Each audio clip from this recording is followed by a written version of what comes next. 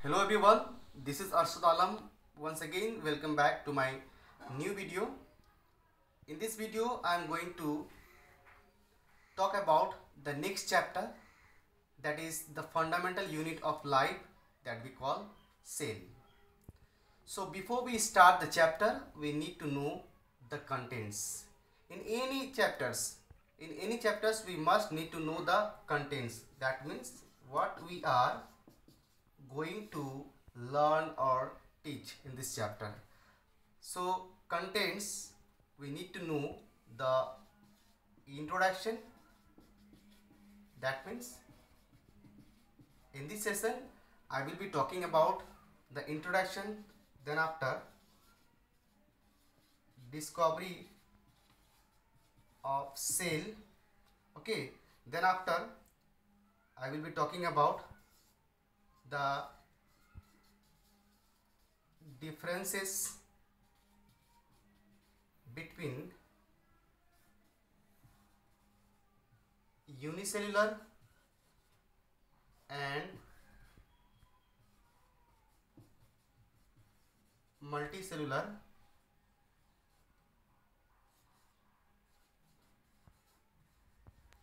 organism. Okay, the next one I will be talking about the differences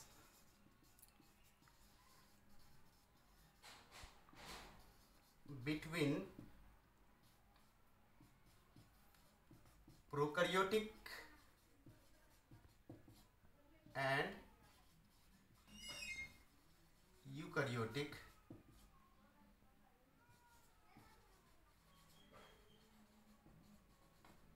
organisms. Okay, the next content which will be discussed later on, the structure of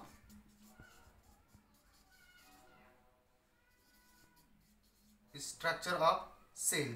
So in the structure of cell we will be discussing about cell membrane और cell wall. आप confuse मत होना कि cell membrane और cell wall को हम लोग और देके या फिर ऑब्लिक देके क्यों लिखे. तो बाद में हम लोग डिस्कस करेंगे कि सेल मेम्ब्रेन और सेल वॉल होता है क्या है. उसके बाद स्ट्रक्चर ऑफ सेल में अगर बात करेंगे तो न्यूक्लियस है. उसके बाद अगर हम लोग बात करेंगे तो साइटोप्लाज्म है. अगर हम उसके बाद बात करेंगे तो सेल ऑर्गेनेल्स है. ठीक है, तो हम लोग साइटोप्लाज्म या फिर सेल इसी में क्या करेंगे, सेल इसी दौरान क्या करेंगे, सेल के हम लोग क्या करेंगे, साइज को जानेंगे, सेल के नंबर्स को जानेंगे, सेल के शेप को जानेंगे. ओके, उसके बाद जो हम लोग नेक्स्ट टॉपिक पढ़ेंगे या फिर नेक्स्ट टॉपिक इस कंटेंट में जो है वो आपका क्या, differences between animal and plant. तो स्टूडेंट्स आप देख सकते हैं या फिर इसका स्क्रीनशॉट लेना चाहते हो तो ले सकते हैं या फिर इसका नोट्स करना चाहते हो तो कर सकते हैं कि इस चैप्टर में अगर हम लोग बात करेंगे तो उसका कंटेंट्स देखेंगे, कंटेंट्स में क्या क्या है और किस चीज़ के बारे में बात करेंगे. तो हम लोग सबसे पहले बात करेंगे इंट्रोडक्शन के बारे में. उसके बाद देखेंगे कि सेल का डिस्कवरी में कौन कौन हेल्प किया या फिर कितने साल में इसका डिस्कवर हुए. उसके बाद हम लोग बात करेंगे, देखेंगे यूनिसेलुलर ऑर्गेनिजम्स और मल्टीसेलुलर ऑर्गेनिजम्स का डिफ्रेंसिएशन क्या है, प्रोकैरियोटिक सेल और यूकैरियोटिक सेल या फिर प्रोकैरियोटिक ऑर्गेनिजम्स या यूकैरियोटिक ऑर्गेनिजम्स का डिफ्रेंसिएशन क्या है. अगर बात करेंगे हम लोग स्ट्रक्चर ऑफ सेल, तो स्ट्रक्चर ऑफ सेल में हम लोग बात करेंगे सेल मेम्ब्रेन और सेल वॉल. उसके बाद देखेंगे न्यूक्लियस, उसके बाद देखेंगे साइटोप्लाज्म, उसके बाद जो है सेल ऑर्गेनेल्स. और इसी दरमियान क्या है, सेल के साइज के बारे में देखेंगे, सेल के नंबर्स के बारे में देखेंगे, सेल के शेप के बारे में देखेंगे और लास्ट जो होगा हम लोग का वो differentiate between animal and plant cell, animal cell और प्लांट सेल का डिफ्रेंशिएशन क्या क्या है.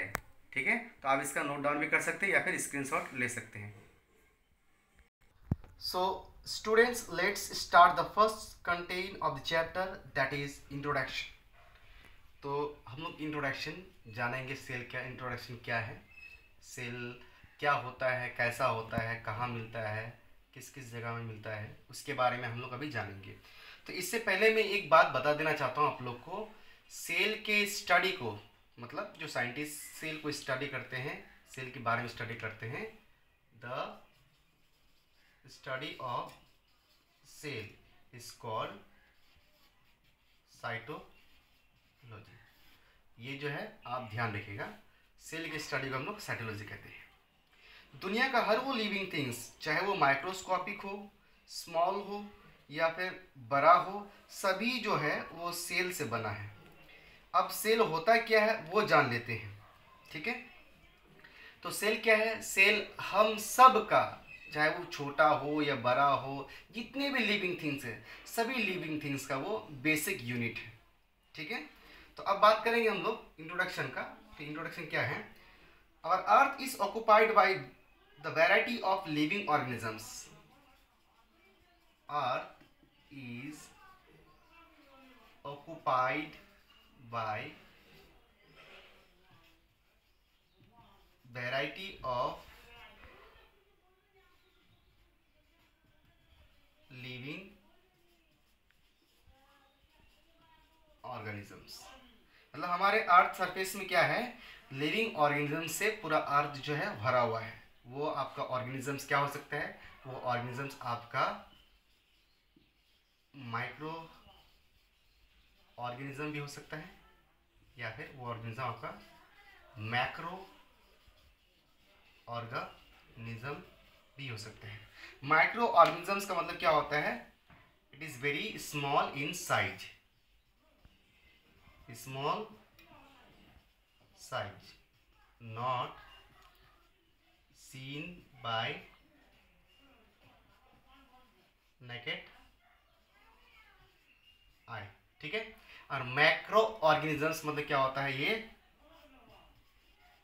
बड़ा साइज का होता है, ठीक है, बड़ा साइज का होता है, इट इज सीन बाय आई, मतलब खाली आंखों से इसे देख सकते हैं। अगर हम बात करेंगे नेक्स्ट पॉइंट का, तो नेक्स्ट पॉइंट क्या है, एवरी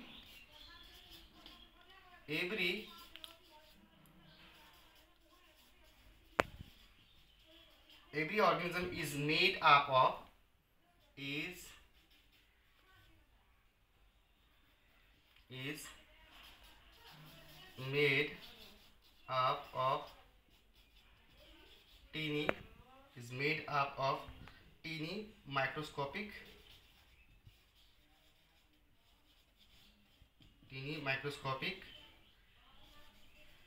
यूनिट, जिसको हम लोग कहते हैं सेल, ठीक है। जितनी भी ऑर्गेनिजम्स हैं, सभी ऑर्गेनिजम्स क्या है, वो टीनी पार्टिकल से, टीनी माइक्रोस्कोपिक यूनिट से बना, जिसको हम लोग सेल कहते हैं। तो हम लोग जितने भी पढ़ रहे हैं, अमीबा हो या प्लांट हो या एनिमल्स हो या ह्यूमन हो, ये सभी जो है सेल से बना है।